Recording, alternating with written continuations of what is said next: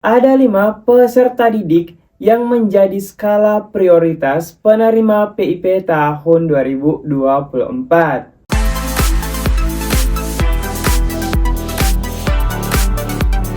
Assalamualaikum warahmatullahi wabarakatuh. Selamat datang di channel gue Rahman.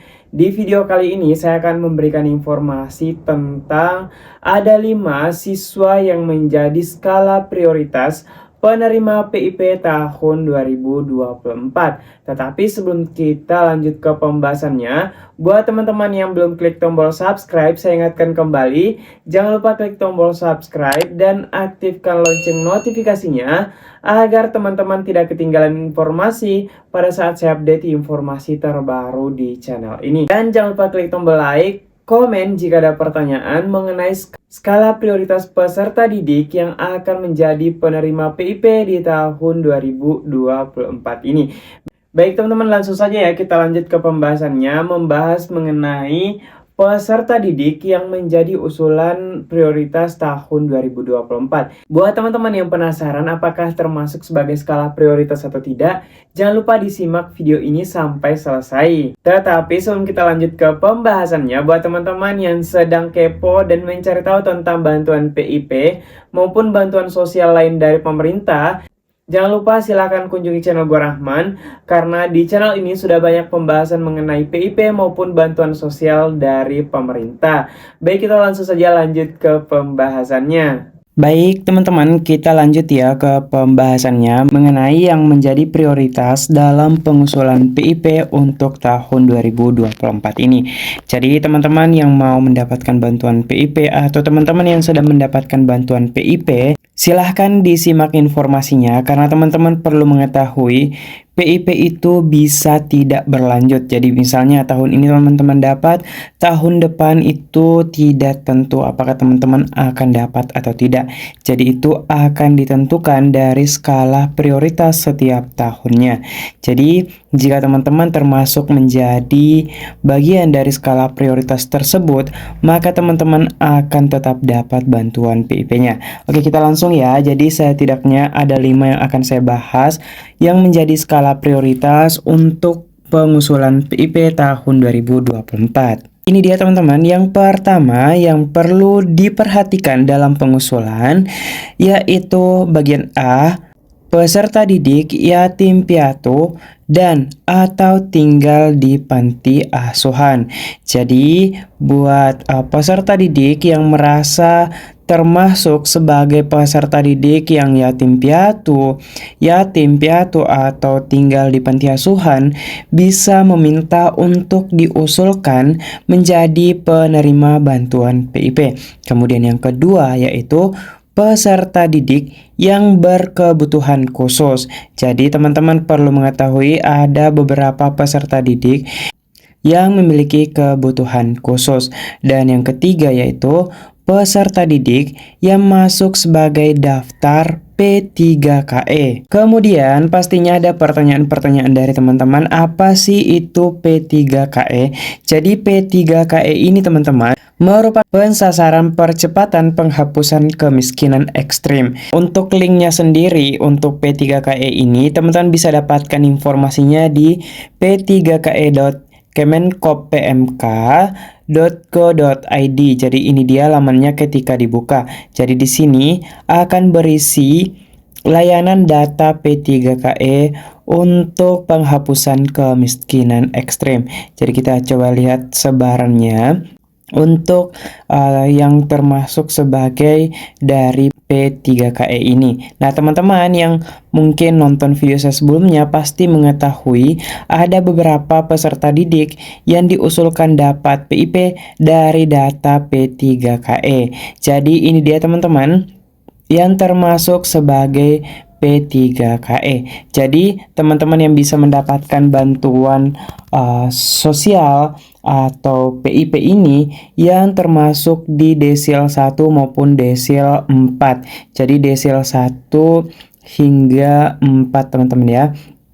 Oke, kemudian teman-teman perlu mengetahui di sini secara nasional diperlihatkan bahwa keluarga yang termasuk sebagai desil 4 sebanyak 7,9 juta, kemudian secara individu sebanyak 31,3 juta untuk yang masuk sebagai data desil 1 P3KE ini. Nah, bisa dilihat teman-teman ya. Ini ada desil 1, kemudian ada desil 2, desil 3, kemudian desil 4. Oke. Nah, ini teman-teman ya, secara nasional. Kita coba lihat dari Aceh jumlahnya 610.000, desil 1 sekian. Nah, ini detail desil-desilnya teman-teman ya. Oke, jadi teman-teman yang ingin mencari tahu apakah termasuk desil 1, desil 2, silahkan dicek informasinya di laman ini. Lanjut ke poin D, yaitu peserta didik yang masuk sebagai daftar DTKS atau Data Terpadu Kesejahteraan Sosial. Untuk mengetahui apakah teman-teman termasuk sebagai DTKS atau Data Terpadu Kesejahteraan Sosial, bisa mengunjungi laman cekbansos.kemensos.go.id. Jadi di sini silahkan teman-teman masukkan provinsi, kemudian kabupaten atau kota, kecamatan, desa, serta nama peserta didik atau nama lengkapnya teman-teman. Setelah itu masukkan kode dan cek atau cari data. Nah, ketika keluar nama teman-teman, mohon dicek lagi apakah itu namanya, kemudian cek dari umurnya apakah sesuai atau tidak. Nah, jika tercatat di DTKS, maka teman-teman secara otomatis ketika diusulkan oleh pihak sekolah akan mendapatkan bantuan PIP. Kenapa? Karena teman-teman menjadi skala prioritas untuk mendapatkan PIP di tahun 2024. Dan di tahun-tahun sebelumnya, semua peserta yang ada di DTKS akan menjadi skala prioritas untuk mendapatkan PIP.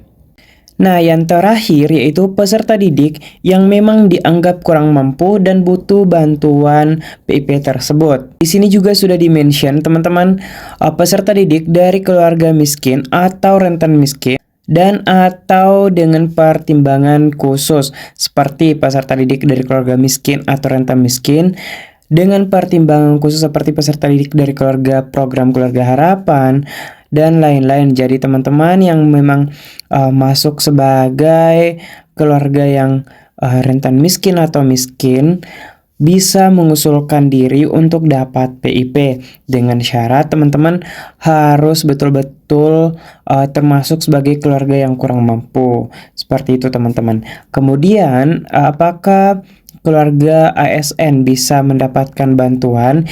Jadi ada beberapa pertimbangan yang harus diperhatikan khususnya ASN. Ini dia teman-teman yang poin kedua. Pekerjaan orang tua yang PNS, TNI, Polri bukan menjadi prioritas utama, namun bisa diusulkan jika golongan 2 ke bawah yang dengan pendapatan per bulan tidak bisa memenuhi kebutuhan keluarga. Contoh, bapak atau ibu PNS golongan 2 menghidupi 3 hingga 4 anaknya yang masih bersekolah ditambah kedua orang tuanya. Kemudian poin B, pensiunan PNS, TNI, atau Polri bisa diusulkan kalau memenuhi syarat, contoh pensiunan menghidupi 2 hingga 4 anaknya yang masih bersekolah ditambah cucunya. Jadi seperti itu teman-teman ketentuan-ketentuan yang bisa diusulkan untuk dapat Kartu Indonesia Pintar dari program Indonesia Pintar ini. Jadi teman-teman yang merasa memenuhi kriteria bisa diusulkan, silahkan mengusulkan diri ke operator sekolah masing-masing. Itu dia informasi di video ini mengenai skala prioritas penerima PIP tahun 2024. Jadi teman-teman yang termasuk menjadi skala prioritas silahkan tulis di kolom komentar. Semoga teman-teman tahun ini dapat PIP jika tahun sebelumnya belum mendapat PIP. Dan teman-teman yang ada pertanyaan mengenai skala prioritas maupun pertanyaan lain mengenai PIP silahkan tulis di kolom komentar.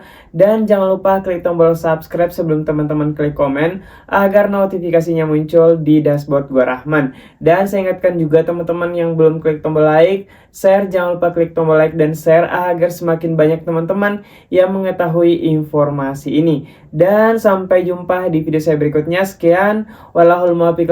Wassalamualaikum warahmatullahi wabarakatuh.